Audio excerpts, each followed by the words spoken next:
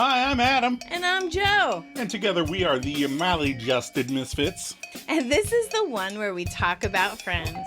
Hey, Adam, what was the name of that tea place we went to a couple years ago, and we had sandwiches and tea and, the one in London? In London?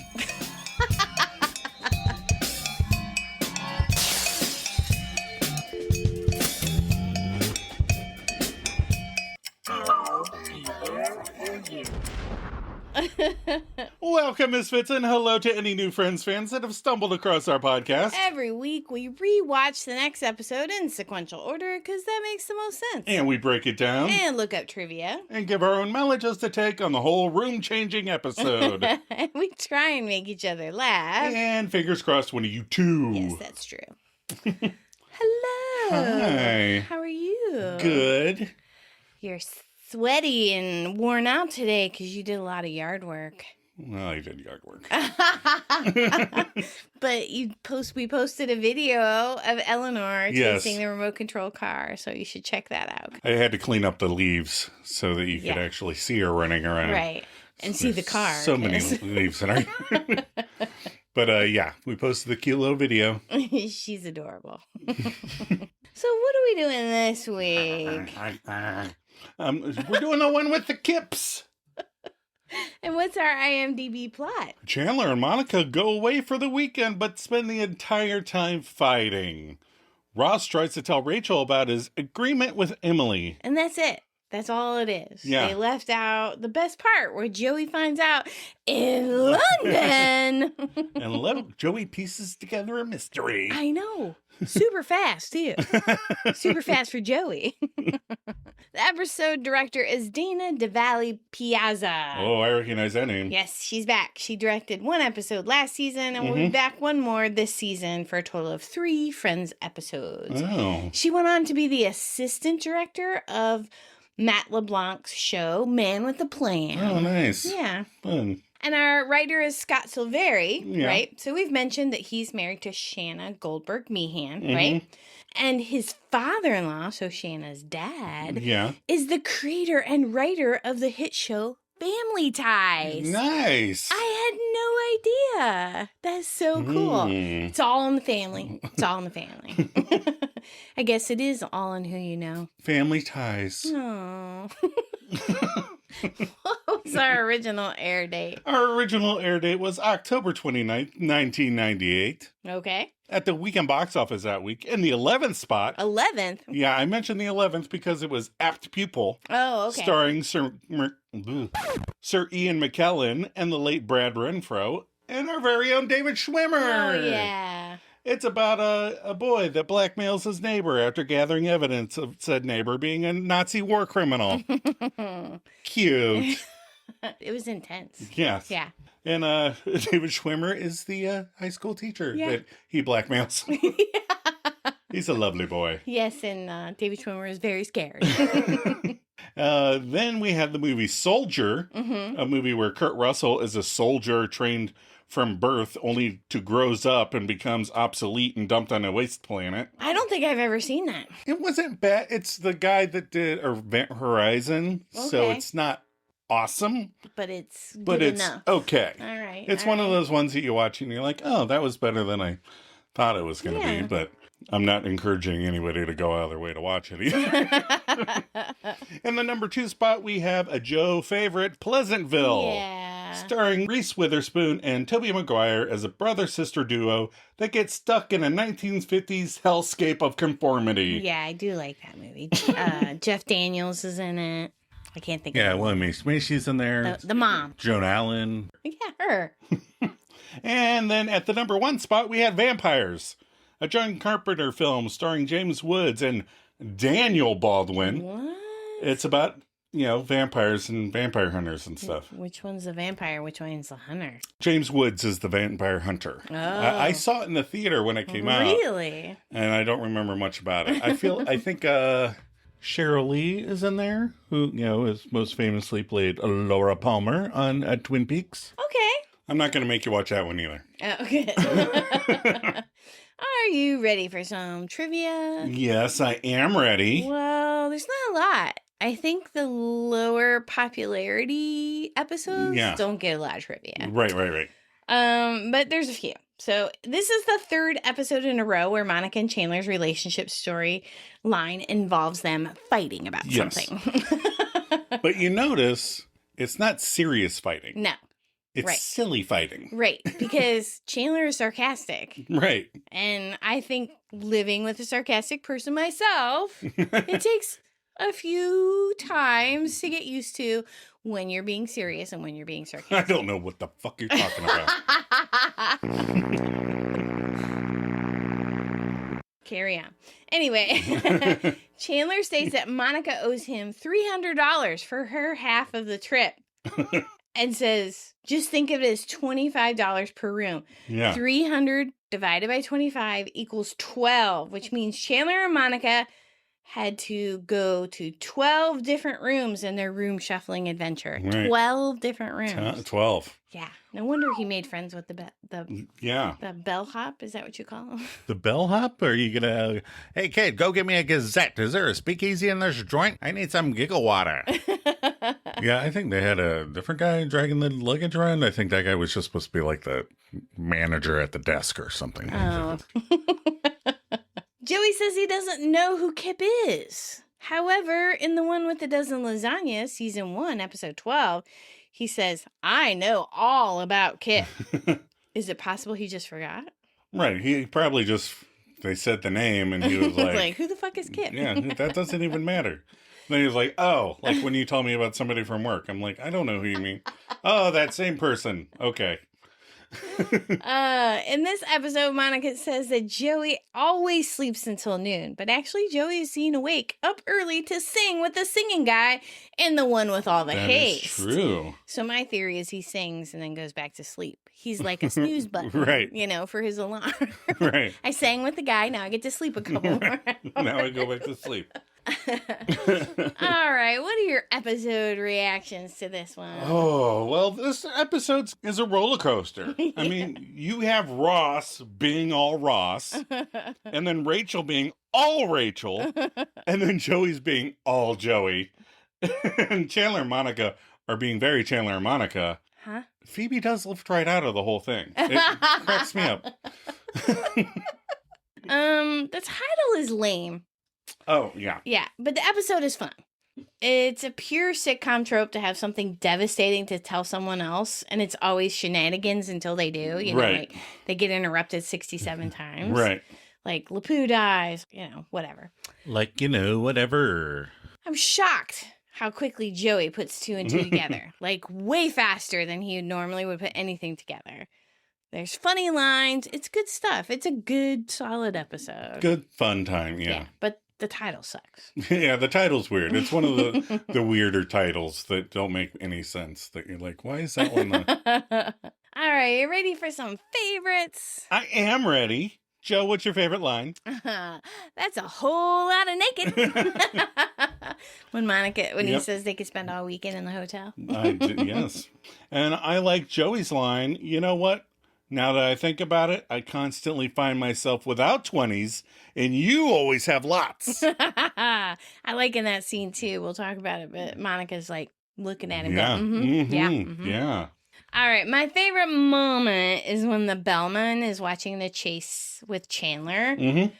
And he just says, while he's watching TV, our last ocean view room was unacceptable to you. I love that whole little scene with him and Chandler, and the cut lines are really funny. I can't wait to share those. Yeah, I don't understand why she wasn't just like, we're going to leave her luggage in here. Can you have somebody clean the room? Right, yeah. We're going to go eat dinner. Yeah, send the maid back up. Right. Because I'm worried. And then I picked, for my favorite moment, Joey putting the facts together and realizing the truth. Yeah. It is hilarious. Favorite outfit, I'm going to go with Monica's hotel outfit. I mean, she has it on when they're locked in her room, too. But it's a blue sweater, long skirt, cute little booties. Yep. Chandler has on another one of my favorites, a little V-neck sweater with a white T-shirt. Yeah, you do like that outfit. I do. What's yours? I originally had that outfit of Monica's. But I kept flipping around a lot. I landed on Monica's lavender sweater and purple pants, her little tummy showing. While she's writing the check. I like that. That is cute. All right, themes we explored this episode. Trying to tell someone you can't see them anymore. I never had to do that. Can't hang out with you. Did you ever have to tell a friend that? Normally when you phase people out, you don't tell them you're phasing them out. You just sort of phase them out. Right. He could have just started showing up to Monica's less. Yes. Inviting Monica over to his apartment. Right. Yeah. Inviting the guys out with him. Right. There's ways around this. Right. But they're lazy and they just want to all meet in one place. Right. All right. Theme 2, hotel room switching. So I thought about it, and one time I got into a room and I found a bug, and it wasn't a bed bug. Right. Like everyone verified it. But there was a bug in the middle of my bed, and I made them come up, and they were like, what do you want to do? And I was like, if you just want to just clean the bed, put all new sheets on, I'm good. Right. And they did, but... Yeah. And, if they're paying $300 to $600 a room, they should be willing to do stuff like that. Absolutely. All right, theme 3, discovering secrets. Joey was really good. Yeah. Very smart. Evil genius smart. Well, I don't think evil genius smart. He was evil genius last I think it helped that it was a eyelash curler. Yeah, and the same exact story. Yeah. And theme 4, I guess we're talking about Kips, so they could call the episode that? Yeah. I'm wondering if maybe it was originally more in the script, the Kip thing, and it kind of got scaled back. Maybe. Yeah. Yeah, I mean, it makes sense. It's just not the main idea of the story. Yeah. I don't know. All right, we're going to take a quick break before we break down the episode. We'll be right back.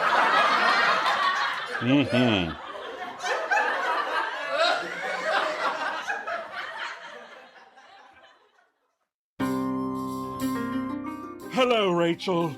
Ross, what are you doing here? Isn't this against the rules? I spoke with Monica, and I must declare, sweet Rachel, I am the one who made the faithful decision. It is I who's applying the changes. Therefore, it should be I that breaks ranks and takes a step back. Oh, Ross, perish the thought. Nay, knowest, no, I must. Truly, many siblings only endure the camaraderie of family at Thanksgiving holidays, and parley with past college roommates at reunions, and only witness Joey at Burger King. I hope this does suffice. Nay, it does not suffice, for I will have no time spent in discourse with you. Perchance you would do well to have a better plan. If the placement of your feet be in my loafers, what, I beg, would be your stratagem? To begin with, at the ceremony of my marriage, I would have quoted the proper moniker. This happening is ill-conceived. I am privy to that. My sweet Rachel, I am apologetic. I have been privy to that information as well.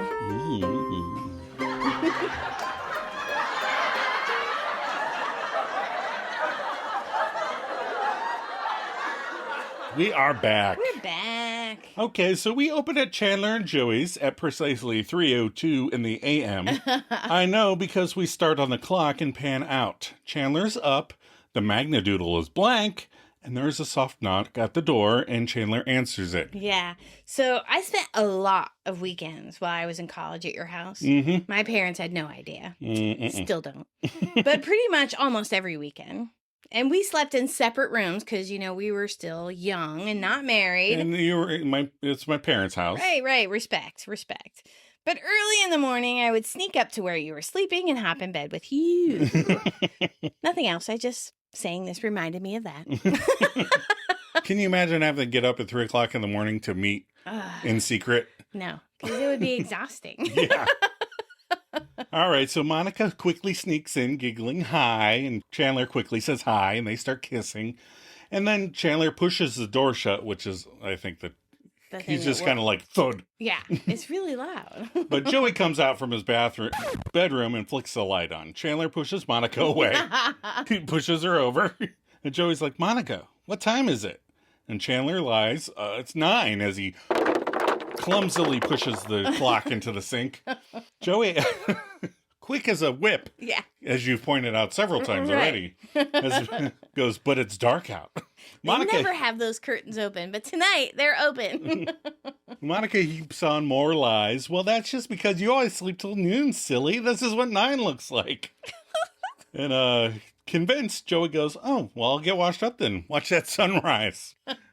Then he goes into the shitter. Oh, Adam. Monica admits to Chandler, I'm really getting tired of sneaking around. I mean, coming over, having to set your alarm for 3 o'clock. Yeah. Then they have to set his for 5. So she can sneak back, yeah. Chandler responds, I know, me too. Hey, but what if we went away for a whole weekend? We'd have no interruptions and we could be naked the entire time. And Monica laughs, all weekend? That's a whole lot of naked. And Chandler expounds, I can say that I have a conference and you can say you have a little chef thing.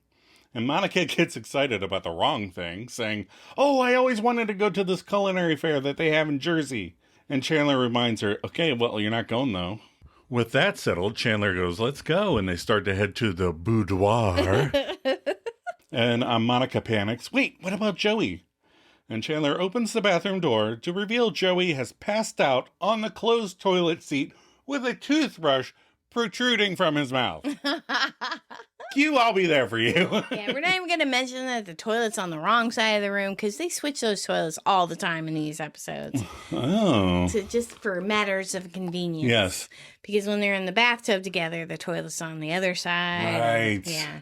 And then, Monica's toilet and all that. It'd be nice if you could just rearrange the toilet however you wanted it on a daily basis. That'd be cool. I'm going to move this over here. All right, Monica and Rachel's the next morning. Chandler, Joey, and Phoebe are all joining them for breakfast. Mm-hmm. Monica comes from her bedroom announcing, hey, guess what I'm doing this weekend? I'm going to this culinary fair in New Jersey. Phoebe says, oh, weird. Chandler just told us he's got a conference there. Monica's slightly annoyed, says, oh, that's funny. It seems like Chandler's conference could have been in Connecticut or Vermont. She did call New Jersey. She did. Chandler clears things up. I'm not in charge of where the conference is held. Do you want people to think it's a fake conference? It's a real conference. I like that a lot. Ross enters with his sad hey and asks if Rachel's there. I got to talk to her. They all hey back, and Monica says, no, she's out shopping. Ross damns the room, the situation, the fact that she's shopping again. I don't know. He just says, damn. Damn. Chandler asks, what's going on? And Ross explains, I told Emily to come and I just need to, talk to Rachel about it. Phoebe asks, so wait a minute. When Emily comes, you're just going to not see Rachel anymore? Ross raises his voice and says, well, look, I'm just trying to focus on the I get to see my wife part, all right? And not the part that makes me do this. And he takes a big swig of Pepto-Bismol. So I did a little looking up of Pepto-Bismol. Okay. Which is more widely used than I thought. They have it in the U.S., Canada, and the UK. Nice. Yeah. Bismuth salts were used in Europe by the late 1700s, which is part of what Pepto-Bismol is. Oh. So it's been around that long. Nice. 1700s medication. Yeah. Pepto-Bismol was first sold in 1900 by a doctor in New York. It was originally sold as a remedy for infant diarrhea. Oh, yum. By Norwich Pharmaceutical Company under the name Bismosol Mixture, Cholera, and Phantom. Ooh, yeah. That's a fun one. Say that all one more time for me, please. It was renamed Pepto-Bismol in 1919. Norwich Eaton Pharmaceuticals was acquired by Procter & Gamble in 1982. And it originally had cocaine and absinthe in it. But I think I didn't want to keep going about Pepto-Bismol. It's not like I'm doing a book report, but I think they added the pink to make it pleasing for kids. They'd be like, I'll drink that pink stuff, and it tastes like chalk. Yeah. Hey, bellhop, go grab me some Bismol mixture, cholera, and Phantom. If you're Johnny on the spot, there's a penny in it for you. So Monica questions, wow, so you guys are never going to be in the same room together? How is that even going to work? Ross starts to get emotional. Are we in the same room right now? No? It's going to be similar to this. Ross starts to get emotional. I have no idea. But I assure you, I will figure it out. They all reflect briefly on what was said, and Joey chimes in. It doesn't seem like it's going to work. No, it doesn't seem like it's going to. Yeah. None of them are very it doesn't seem realistic. But Joey's wearing another Starfleet sweater. Yeah. But this color suggests that he's like a crewman in the music theater department or like a midwife. What? Very strange color. So Rachel enters and greets the gang and asks, what's going on? They greet Rach, and Chandler, trying to make an excuse to leave the room, points out, we're flipping Monica's mattress. Joey catches on quickly again. So I'm thinking basically we pick it up, then we flip it. Ooh. Phoebe agrees. Yeah, that's way better than my way. Oh, our little Phoebeism. They all agree and head to Monica's room. Rachel gets excited and says, oh, okay, guys, would you flip mine too? They all go, man. They all begrudgingly go into Monica's room. I hate when lies bite you in the ass like that. Yeah, right? And you know that at that point, Monica made them flip her mattress too. You have to flip it. So Rachel's going through the mail and says, oh, look, a letter from my mom. Her mom, who is a phone call away, writes a letter. I was like, what did she do? Well, you either have to explain what you mean or... Okay. I don't like when people write letters, not out of letter writing is fine. Yeah. I don't like when people write letters. I had parents who never told me anything. Like, if they were mad, you got the silent treatment, and then a few days later, an apology letter. Nope. I want to hear it from your lips. I want to hear it from your lips. I don't like apology letters. I know it's not an apology letter, but that's my first thought. When your mom's a phone call away, right? Why'd she write you a letter? Because she didn't want to tell her that she was too too died. Choked up. Oh. She's choked up over the puppy. puppy. She had to wait 3 days for the mail to get there. Yeah. All right. Or she was going to Vail or something. I don't know. That's true. So Ross tries to have a conversation when she is clearly scrolling through her phone. I mean, distracted by the letter. Yeah. So, Rach, you know how Emily's coming, right? Yeah. Distracted Rachel says, oh, yeah, I know. Oh, yeah, I remember. We cut to Monica's bedroom. Chandler is trying to listen through the door, and Phoebe asks, can you hear anything? Chandler says, oh, yes. Somebody just said, can you hear anything? Meanwhile, Joey has been over at the waist and is looking for something under Monica's bed. Monica asks, hey, Joey's ass, what are you doing? That's pretty funny. It is pretty funny. And there was some trivia in there that, like, Monica's such a clean freak, she didn't notice the box under her bed. But the way that Joey's bent all the way over, it seems like it was pushed way far under there. Way far under Who there. checks under their bed that often? Not Monica. Nope. Anyhow, Joey emerges holding a box. Well, remember when they got in that big fight and broke up and we were all stuck in here with no food or anything? Well, when Ross said Rachel at the wedding, I figured it was going to happen again. So I hid this in here. This is pure genius. His thought process is on another level this episode. Well, he had all the Rolos, and he was like, wait a minute, I have extra candy bars. and it's just been like 4 episodes since the wedding. Since the wedding. So that box hasn't been in there that long. Monica says, ooh, candy bars, crossword puzzles. Phoebe chimes in, ooh, Mad Libs, mine. And she grabs it. Yeah, and in a couple cut lines, Phoebe opens the Mad Libs and goes, okay, name us somebody in the room. And Joey answers, Chandler. And Phoebe comments, come on, seriously. And Chandler is less than enthused with that comment. So Chandler asks Joey, what do you got? What do you got in there? Magazines, Doritos? Condoms. Joey says, you don't know how long we're going to be in here. We may have to repopulate the earth. So we were just watching the DVD before we came upstairs. And I'm like, so they would stay in that room and repopulate the earth rather than go out there and be faced with uncomfortableness. Well, they stayed in there the whole night last time. That's true. They could have just went out after 30 minutes and been like, this is uncomfortable, but, you know. We're going to leave you alone. Yeah. So, yeah, they would do that. They would stay in there until, well, they ran out of food. Which would be tomorrow. That's true. Chandler sarcastically asks, and condoms are the way to do that?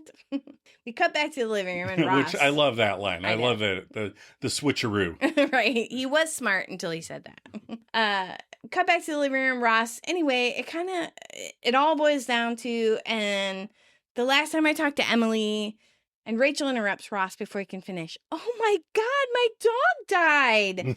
He goes, what? Rachel provides, oh my God, Lapoo, our dog. Lapoo's still alive? Ross questions. Yeah, and in another cut bit that I've actually always wanted to see. Right. Rachel kind of shoves the note in front of Ross's face, and Ross goes, oh, yeah, sorry. No, he just died. Oh. Rachel reads from the letter. Oh, God, it says he was hit by an ice cream truck and dragged for 9, turns the paper over, teen blocks. Oh, fuck, 19. Oh, poor the poop. Oh, the poo. They come out of Monica's bedroom. Oh, my God, Monica consoles Rach. Sweetie, we heard you crying. Please don't cry. Rachel cries, it's LaPoo. Phoebe offers, I know it's LaPoo right now, but it'll get better. Also, can I point out that Ross and Rachel are dressed alike again? Oh. Like in the one with the morning after, she has an olive green coat, and so does he. Just pointing it out, maybe something to keep an eye on when they're having these tough conversations. Do they tend to dress alike? Oh, do they dress them similarly on purpose? Yeah. Just an observation. Or could the fashion designer only have limited resources from the clothes provided by the fashion companies? Olive green for everybody. Yeah.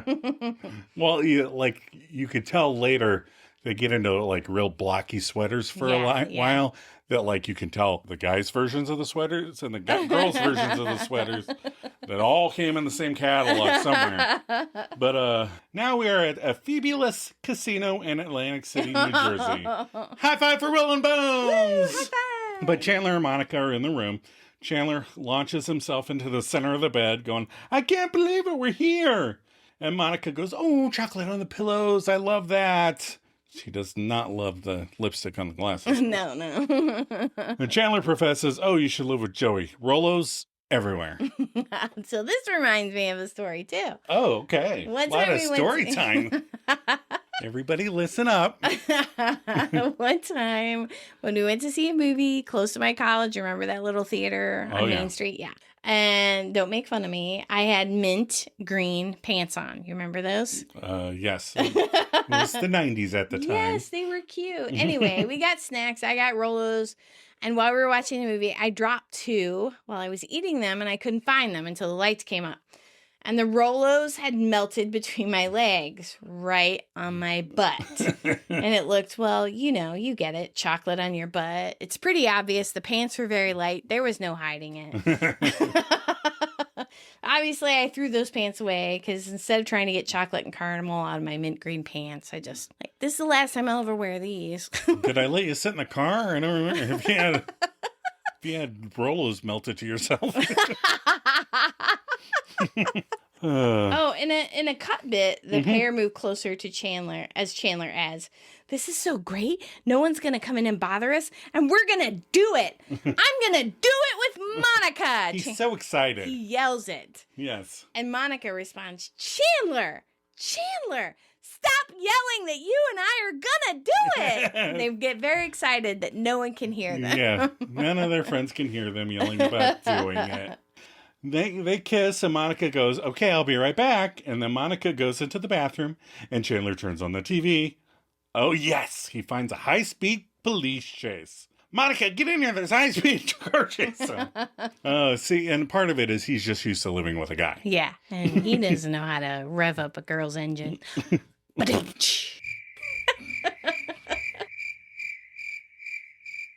Monica returns. Oh, man. Carrying a glass. And announcing, we're switching rooms. And Chandler looks and snips, oh dear God, they gave us glasses. And Monica points out, no, they gave us glasses with lipstick on them. I mean, if they didn't change the glasses, who knows what else they didn't change. Which, the glasses are like the easiest thing, so. Right. So in another set of cut lines, Chandler asks, you want to switch rooms because they didn't change the glasses? And Monica admits, well, I didn't want to say anything, but the carpet smells too. And then Monica continues, come on, sweetie. I just want this weekend to be perfect. I mean, we can change rooms, can't we? And Chandler's like, okay, but let's do it now, though, because Chopper 5 just lost its feed. And Chandler jumps up and grabs their bags and to sprint out of the room. And I just want to point out, if we were in a hotel room and you were waiting for me and we had a weekend all alone with no kids and nobody around, you would never turn on the TV. No. We usually wait to do that until after. I mean, oops, sorry. Yeah, I can't remember the last time we ever turned on the TV and just hunted around cable looking for something. That seems weird. All right, now we're at Central Perk, and there's a cut bit with Phoebe. Phoebe is kind of singing and playing her guitar as we start the scene, and she's just kind of And Rachel and Ross are there listening to her, and she's just kind of going, la, la, la, la, la, la, la. And some guy gets up and takes his coat, and there's nobody left in the perk. No, it is empty. She goes, forget it, and just gets up. And then when nobody's left in the perk, then she's done. Yeah, it's weird to see all the chairs empty behind Ross and Rachel. It's like completely empty. Because in the regular version, you don't know why nobody's there. Right. You're just like, why is nobody in there? Nobody is in there. So Ross turns to Rachel and says, hey, so there's something I've wanted to talk to you about. And Rachel says, oh, yeah, and turns to face him. Yes. Ross starts his dialogue with, well, I'm trying to work things out with Emily. Well, there's this one thing. The camera's focused on him, and we only see Rachel's back. Okay, here goes. I made a promise that... And then we cut to the other camera, and Ross notices Rachel's nose is bleeding, and he goes, oh, hey. Rachel goes, oh, God, wow. He hands her some tissues. No, not again. This happened when my grandfather died. It's, sorry. Okay, I'm so sorry. What did you want to tell me? Wait, your nose bleeds when people die? It's weird. But after you hear about them dying. Stressful. Stress makes your Stress. nose, yeah. Stress-related nosebleeds. So Ross hesitantly starts again. Rachel blows her nose really loud. She goes, sorry. Ross continues, okay, I can't see you anymore. Rachel agrees, yeah, I know, it's ridiculous. I can't see you either. And then a couple more cut lines. Yes, it's that kind of episode. Rachel tells Ross, you know what? I'm just going to go upstairs and shove a bunch of tissues in my nose. Do you want to tell me why I'm doing that? And he goes, I'm good. Yeah, that was a funny bit. All right, so we rejoin Chandler and Monica as the hotel clerk is showing them their new room. The clerk is like, I think you'll find this room more to your liking. And Chandler goes, okay, great. And he immediately grabs the remote and turns on the TV. Oh, jeez. Watching the chase, the hotel clerk guy goes, they say he's only got half a tank left, which this is when I would watch when I had those jobs that you just sit there for hours. Yeah. That's the time when you would watch police chases and stuff. Half a tank, Chandler mocks. We still got a lot of high-speed chasing to do. And a couple more cut lines, the hotel clerk says, I'll bet he's heading for Canada. And Chandler concurs, they always do. They always do. It's like Die Hard with a Vengeance. Monica enters from the bathroom saying, we're switching rooms again. And Chandler's like, what? Why? And Monica explains, this is a garden view room, and we paid for an ocean view room. And the hotel clerk glibly responds, our last ocean view room was unacceptable to you. And a couple more cut lines. Joe, you're Monica. I'll be Chandler. All right. The carpet smelled. Like ocean? No, like feet. And Monica asks a very distracted Chandler, excuse me, can I talk to you over here for a second? And Chandler keeps his eyes on that TV as long as possible. Right? He's like, uh-huh. Mm-hmm. And Monica finally snaps Chandler, and he's like, whoa. Turns to face her. Yeah. And Monica adopts a very serious tone. Look, these clowns are trying to take us for a ride, and I'm not going to let them. We're not a couple of suckers. I hear you, Muggsy. Chandler teases her. But look, all these rooms are fine. Can you just pick one so I can watch? And he realizes he's about to cross the girlfriend line. So he backspaces and uses a little whiteout to cover up the word watch. And he fills it in with, have a perfect magical weekend together with you. And more cut fun stuff. Our intrepid hotel clerk goes, whoa, at something on the TV. And Chandler runs back going, oh man, he almost hit a gas truck. And the hotel clerk goes full Tribbiani, smiling at Chandler and asking, do you ever watch Baywatch? And Chandler just puts his arm around him like, oh. So funny. Never would I ever chum up with a hotel lobby clerk guy. You wouldn't have said a word. No. I didn't even say anything to the supermodel ones that were at our hotel in Iceland. And they were all super hot. Even the guys. We're like, can we stay in the room while you clean it? No. Just kidding. We didn't do that. All right, time lapse. Monica and Chandler have changed rooms yet again. And Monica says, okay, this one I like. Chandler's watching TV. In fact, ER is on. Ooh. Nothing. It's over. Damn it. This is regularly scheduled programming. And in some more cut lines, Chandler whines, I wanted to see him talk to his neighbors. And Monica tells him, well, I'm standing right here. You could talk to me. And Chandler remarks, you didn't know him? What can you tell me about your insane neighbor? He was stupid. Yeah. Monica asks, can we turn the TV off, okay? Do we really want to spend the entire weekend like this? Chandler says, oh, I'm sorry. Am I getting in the way of all the room switching fun? Monica says, hey, don't blame me for ruining tonight. Chandler says, who should I blame? The nice bellman who had to drag our luggage to 10 different rooms? Aww. Monica shouts, I don't know. How about the idiot who thought he could drive all the way from Albany to Canada on a half a tank of gas? Chandler says, do not speak ill of the dead. Idiot. Monica tells him, we're supposed to be spending a romantic weekend together. What is the matter with you? Chandler snaps, I just want to watch a little television. What is the big deal? Geez, relax, Mom. Oh, God. Monica says, what the fuck did you say? I added the fuck part because her face is totally saying it. Yes, it is. Chandler tries There's two things you don't call your girlfriend or your wife. That's right. Mom?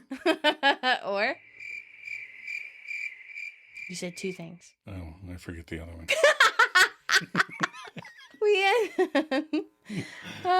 So she says, what? I added the fuck, right? Chandler tries to backpedal and lies. I said, geez, relax, Mon. We end with a couple more lines between the happy couple. Monica says, you know what, Chandler? You like getaways? Watch this. And she storms out. Chandler clears up the misunderstanding. I don't like fast getaways. I like car chases. And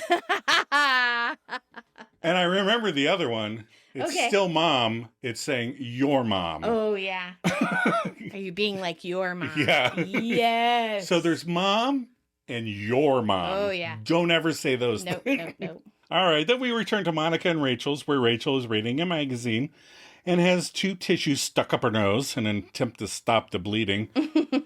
Did we ever talk about her? The girl kid used to do that in high school? Oh, no. I think we may have. Yeah. But yeah, the girl kid, special needs. Yep. She was fine all through school until she hit high school. Yep. Completely stressed her out. Freshman year was like miserable for all of us. She would fake get sick every day. Yeah. And she started... We told him about the time you cracked a few ribs or bruised some ribs, and she said her ribs were bruised. but one of her favorite things toward the end of her high school career, before we pulled her out of regular high school, was picking her nose until it bled. So she would have a reason to go to the nurse's office. And she did it so often that it just kept bleeding all the time. Yeah, you just look at her and it would start bleeding. And then we took her to the doctor one time, and he had to cauterize it. Yeah. While she's awake. And she's crying and crying and crying. And he looks her dead in the eye and he goes, stop picking your nose. And that was it. Well, no, we took her out of school soon after that. Well, yeah, we did. And once we did that, no more problems. Right. But she had burn marks all around her nose for like weeks because she just kept picking it. Ugh. Crazy. I know. Kids. But anyway, Rachel's not that bad. Yet. She hears someone enter, and she quickly hides her face behind her magazine and removes the tissues, and it's just Ross, and Ross is like, hi, and Ross starts in, Rachel, I've been wanting to tell you something for a while now, and I really just have to get it out. And Rachel's like, okay, what's up, bro? And a couple more cut lines, Ross goes, okay, before I tell you, I have to know, is your nose okay? Yeah. Ross asks the follow-up, are all the other family pets in good health? And Rachel answers, well, let's see. Davy's still pining after LaPoo, but he's a tough little turtle. That made the girl kid crack up. The girl kid cracked up at the turtle line a lot. But it's easy pickings when you throw an animal. Right. Ross then restarts and, okay, you told me to do whatever it takes to fix my marriage. And Rachel's like, sure, I remember that. That just happened last week. Go ahead, give her anything she wants. Who cares? And Ross starts the confession. And while that is good advice, you should know that what she wants is... a threesome. No. Oh. It's for me not to see you anymore. And Rachel scoffs. That's fucking nuts. You can't do that. What are you going to tell her? And then she's like, oh, yeah, Ross has no backbone. Oh, my God, you already agreed to this, haven't you? And Ross admits, I know it's awful. I mean, it's terrible, but this marriage has to work. I mean, the first one wasn't my fault because it was a lesbian, but this one has to work. But the thing is, we can still see each other until she gets here. And Rachel is now angry and mock silly. Ooh, lucky me! I'm a Cthulhu. That is the good news, Ross. I haven't heard news that good since LeBoo died. Which was almost my favorite line. A lot of almosts in this one. It reminds me of when she yells at him, like, I spent all day trying to, find everybody so that you wouldn't find out. I think I'm falling in love with you all over again. So Ross tries for sympathy. You have no idea what a nightmare this has been. This is so hard. And she's like, oh yeah, really? Is it, Ross? Yeah, really, Father Mucker? Okay, well, let me just make this a little bit easier for you. Confused, Ross asks, what are you doing? And Rachel's like, storming out. And he's like, Rachel, this is your apartment. She tells him, well, that's how mad I am. All right, we're over at Chandler and Joey's. Chandler's returning from his disastrous weekend. He throws his bag down and sits down on one of the leather chairs. But he sits on a Rolo and picks it up and throws it away. Damn Rolos! The Magnadoodle's still blank. Uh-oh. And you've noticed that when I sit down on the couch and there's a dog toy, I always go, damn Rolos. You do that. Joey comes from his room and greets him. Hey, you're back. How was your conference? Chandler grumpily says, it was terrible. I fought with... Long pause. My colleagues, the entire time. Are you kidding with this? Throws away another Rolo. You're not supposed to say long pause. I know, I thought it was funny. Joey says, oh, so your weekend was a total bust? Chandler says, oh no, I got to see Donald Duck waiting for an elevator. And then there's a Joey cut line, which kind of goes, well, at Disney World, he has his own private glass elevator. That's right. Made by Otis elevators. And they don't usually do glass for ducks. And Chandler goes, what kinds of stuff do you know? So Monica enters and says, with a hi, and Joey says, hey, you're back too. Monica says, yeah, Chandler, can I talk to you outside for a second?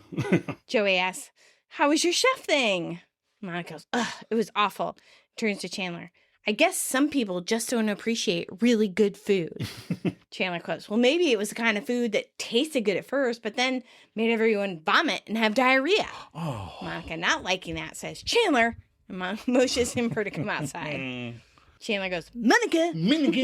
Follows her out into the hall. Once in the hall, Monica says, I'd like to know how much the room was because I'd like to pay my half. Chandler says, okay, fine, $300. $300? Yeah, just think of it as $25 per room. Joey's sticking his head out the door. What are you guys woofing about? I love that one. Monica shouts, Chandler stole $20 from my purse. Joey steals the line from Rachel. No. And in a cut line, Chandler replies, I was only stealing it back, the one that she stole from me. And Monica shakes her head at that. Stealing and now lying? And Joey supports Mon by saying, you know what? Now that I think about it, I constantly find myself without 20s, and you always have lots. I like Mon's face in support of this theory. Yeah. She's going, yeah. Then we return to Central Perk. I haven't noticed any of the background regulars so far in season 5, except Esmeralda serving coffee. Joining Ross as he drinks some Alka-Seltzer. The fizzing thing you put in the water. I didn't look it up like Pepto-Bismol. I didn't know we were doing stomach things. But Ross is bitching to the whole gang, minus Rachel. You should have seen the look on her face. I don't want Rachel to hate me. I don't know what to do. Shouldn't have slept with the copy girl in the first place then, I guess. I do like this. This should be my favorite moment. Yeah. Joey asks, so you want my advice? And Ross is like, yeah, please. And he's like, you're not going to like it. And Ross admits, that's okay. And he goes, you got married too fast. Ross correctly points out, that's not advice. And Joey responds, I told you. I love that. So Ross is having tummy issues, so he tells the group, I'm going to the bathroom, and he heads to the back, and Joey shakes his head. Man, if anybody asked me to give up one of you guys, I couldn't do it. And Chandler and Phoebe agree, yeah, me neither. And Monica and Adam remark, maybe I could do it. And Chandler gives her the hairy eyeball. Rachel enters with a hey. They all welcome her, and Rachel's having a moody. So she says, look, I know you guys have heard about the whole me and Ross, but I've been obsessing about it all day, and I just love not to talk about it right now, okay? Joey is reluctant to say, I don't know if this falls under that category, but Ross is right back there. And he points over his shoulder. And Rachel looks and goes, that's not Ross. And Phoebe tries to clarify, oh no, not that guy, but he does look like him though. And I like how the director said, guy, turn around so nobody can see you, because you look nothing like David Schwimmer. And Chandler finally clarifies, no, Ross is in the bathroom. And Rachel goes, oh my God, I can't believe it. It's starting already. I'm Kip. And Joey's like, whoa, hey, you're not Kip. And Rachel asks Joey, do you even know who Kip is? And Joey responds, who cares? You're Rachel. And he asks Chandler, who's Kip?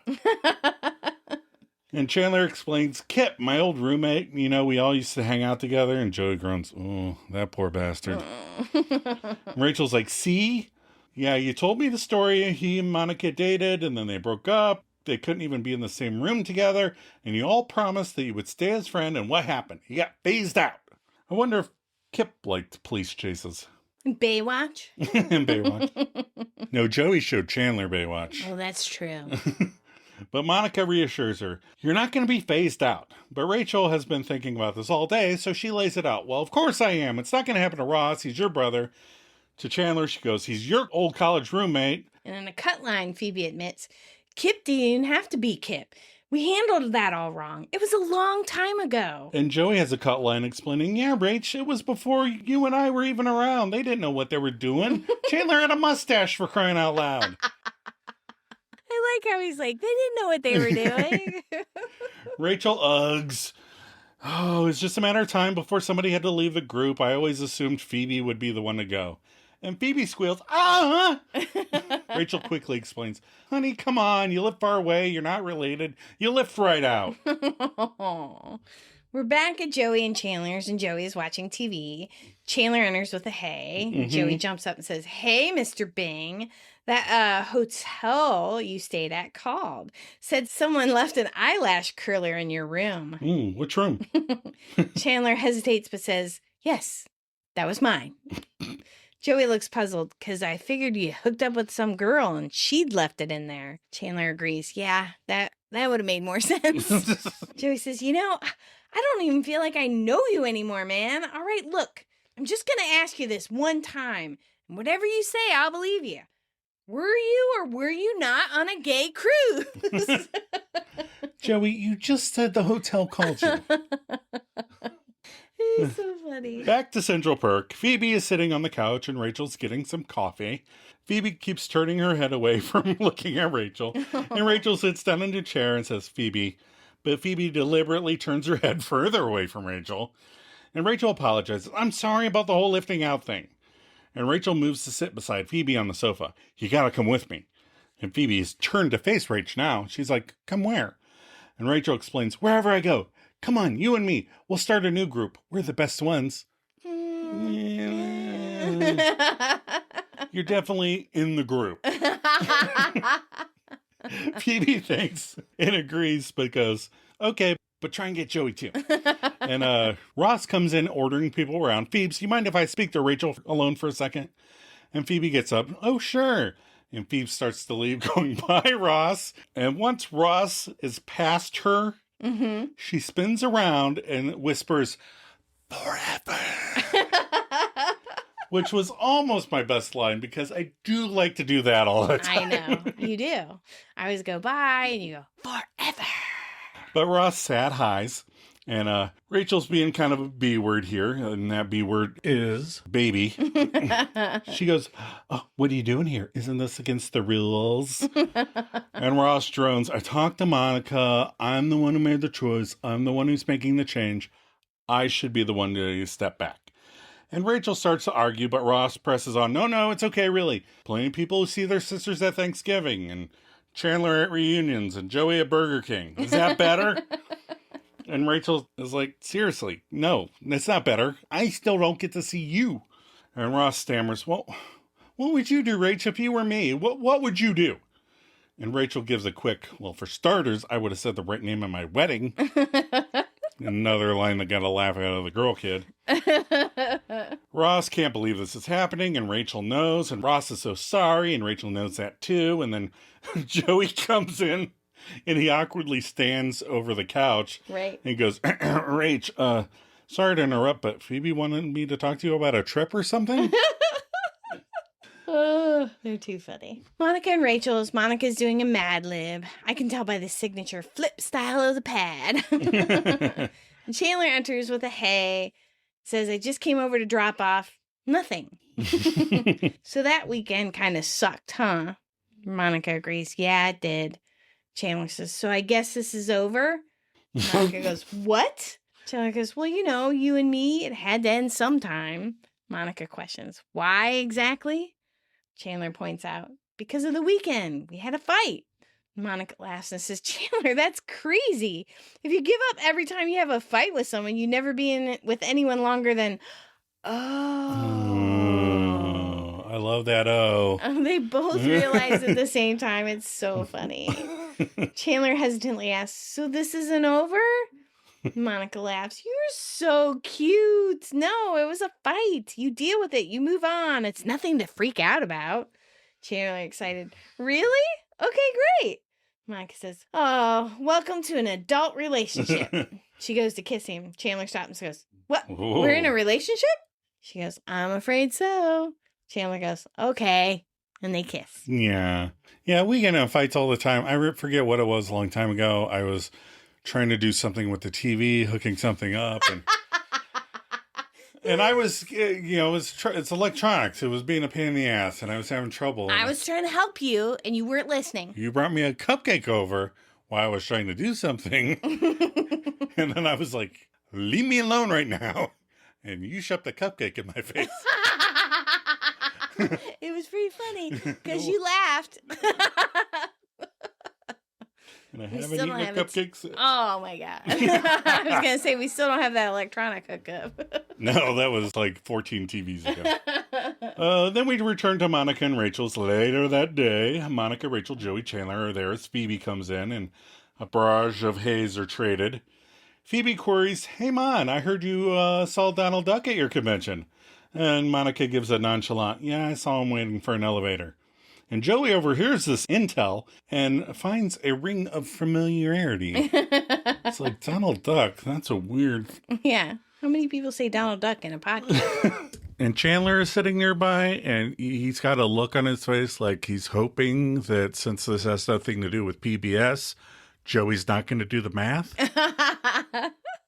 But Joey does shake away the thought, which is good. But then Monica asks right away, hey, Rach, can I borrow your eyelash curler? I think I lost mine. And Rachel points to the potty room. Yeah, it's in there. And I think the eyelash curler is just too specific. Yeah. And Joey worked it out. And in shock, he starts pointing at Monica. He's going, oh, yeah. And now Joey's pointing at Chandler. And Chandler yells, Joey, can we talk to you for a second? As Chandler and Monica scoop him up and drag him into Monica's bedroom. Once in the bedroom, Chandler tackles him onto the bed and covers his mouth. And Joey keeps going, oh. And Chandler waits for him to get quiet. He slowly removes his hand and goes, yes. And Joey points to Chandler, you? And he turns to Monica, and you? And Monica affirms, but please, you can't tell anyone. No one knows. And Joey asks, how? When? And Chandler explains, it happened in London. And Joey yells, in London? Chandler further explains, the reason we didn't tell anybody was because we didn't want to make a big deal out of it. But Joey debates, it is a big deal. I have to tell someone. And they both grab him and keep him from leaving. And Chandler goes, no, you can't. And then the last couple cut lines, Monica begs, please now, I know this is hard. And Joey agrees, it is, it hurts. It hurts.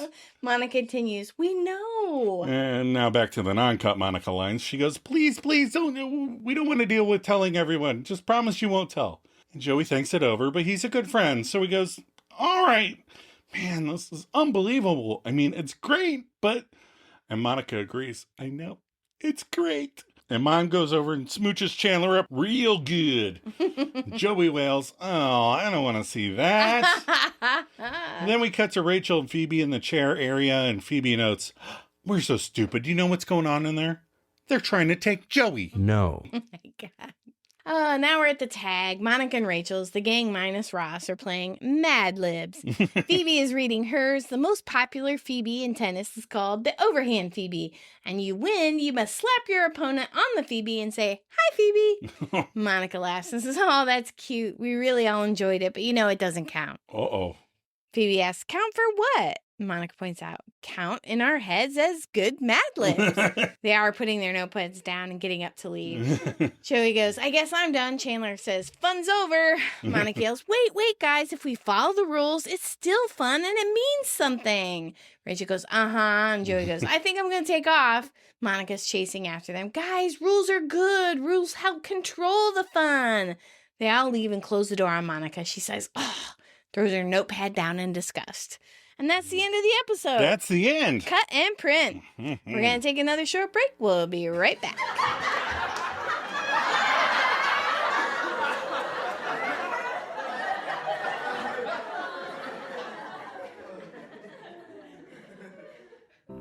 Phoebe's reading the next Mad Lib, the one with all the phalanges. For some Phoebe reason, Phoebe loves the word phalange. She even made it part of her alter ego, Regina Phalange. Regina has helped Phoebe and her friends with some Phoebe situations. As Dr. Phalange, Ross's Phoebe doctor, Regina tried to cover up for Ross after he accidentally Phoebe'd Phoebe at his Phoebe with Emily. Then in Vegas, she told the Phoebe Jack dealer she was Regina Phalange, a Phoebe in town on business. Regina was even in Phoebe's Phoebe sorority, which had to be shut down when poor Regina died of Phoebe poisoning. Oh, Phoebe! But Phalange is more than just a Phoebe name. When Phoebe had to delay Rachel's Phoebe at the Phoebe for Ross, Regina told the airport Phoebe that the plane had a problem with the left phalange. Everyone knows if you fly with a broken Phoebe, the whole plane might go to Phoebe. Yeah, that doesn't count. Dun, dun, dun.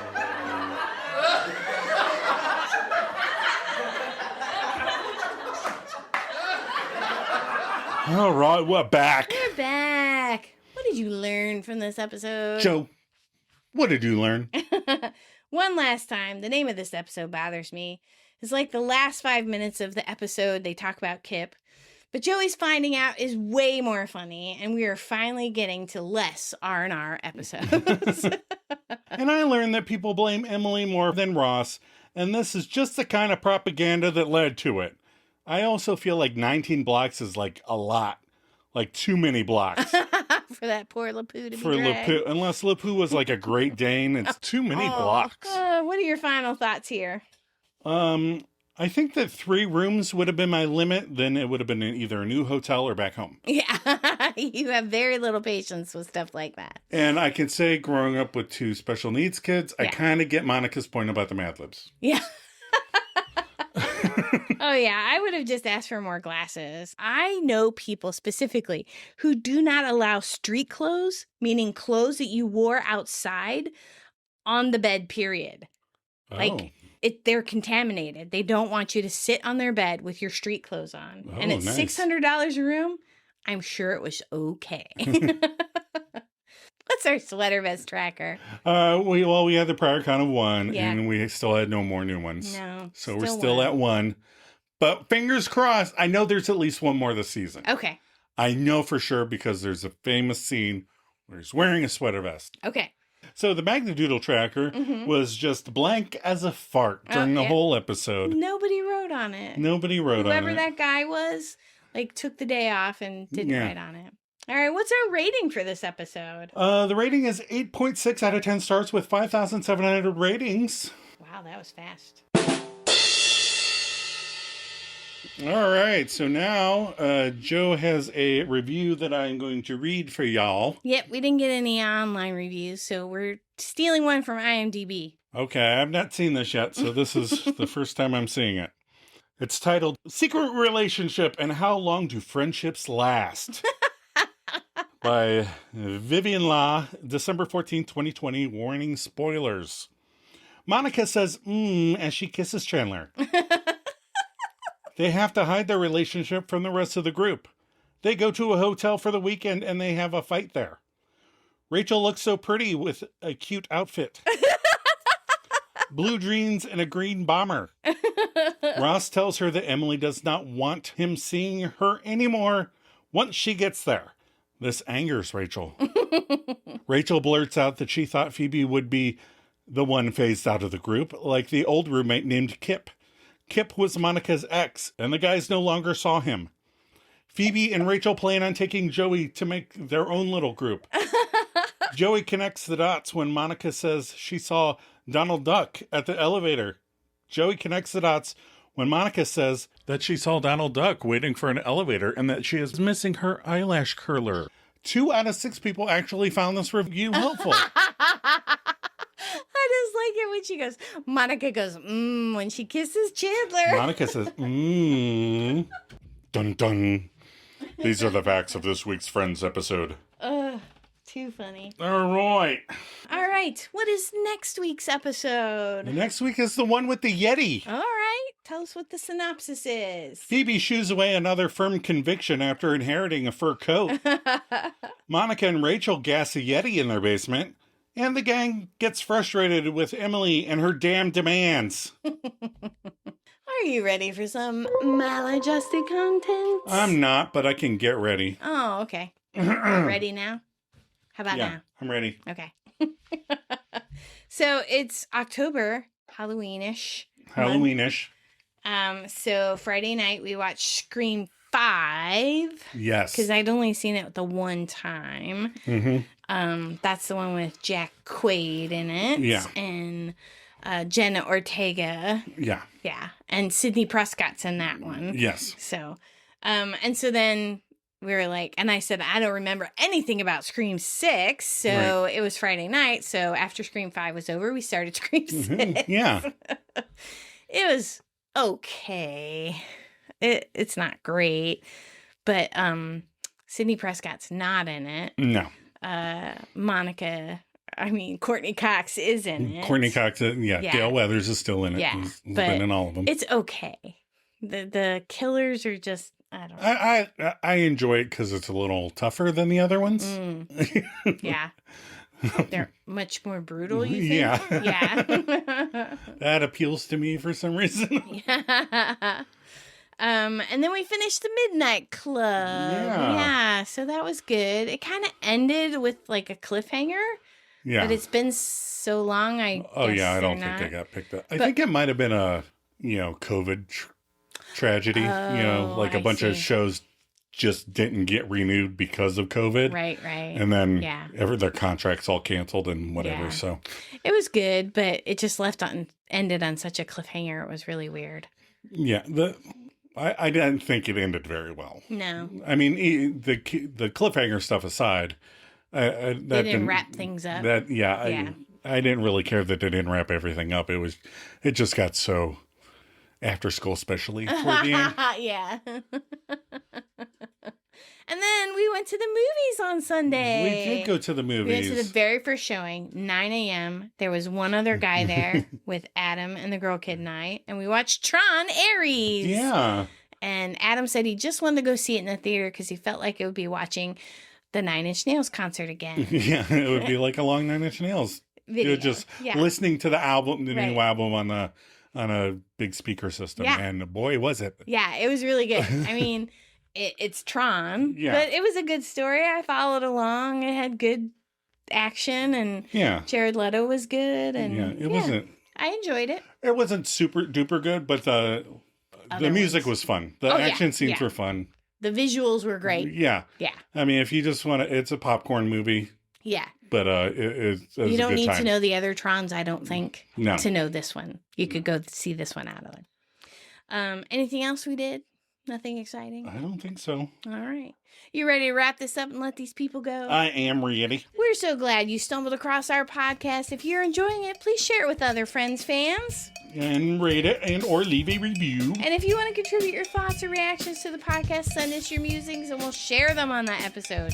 You can also just write to say hey. Yeah, we'd like to hear from more of you Misfits out there. Check the show notes for details. You know how to get a hold of us. Joe, are you ready for a cup of coffee? Always.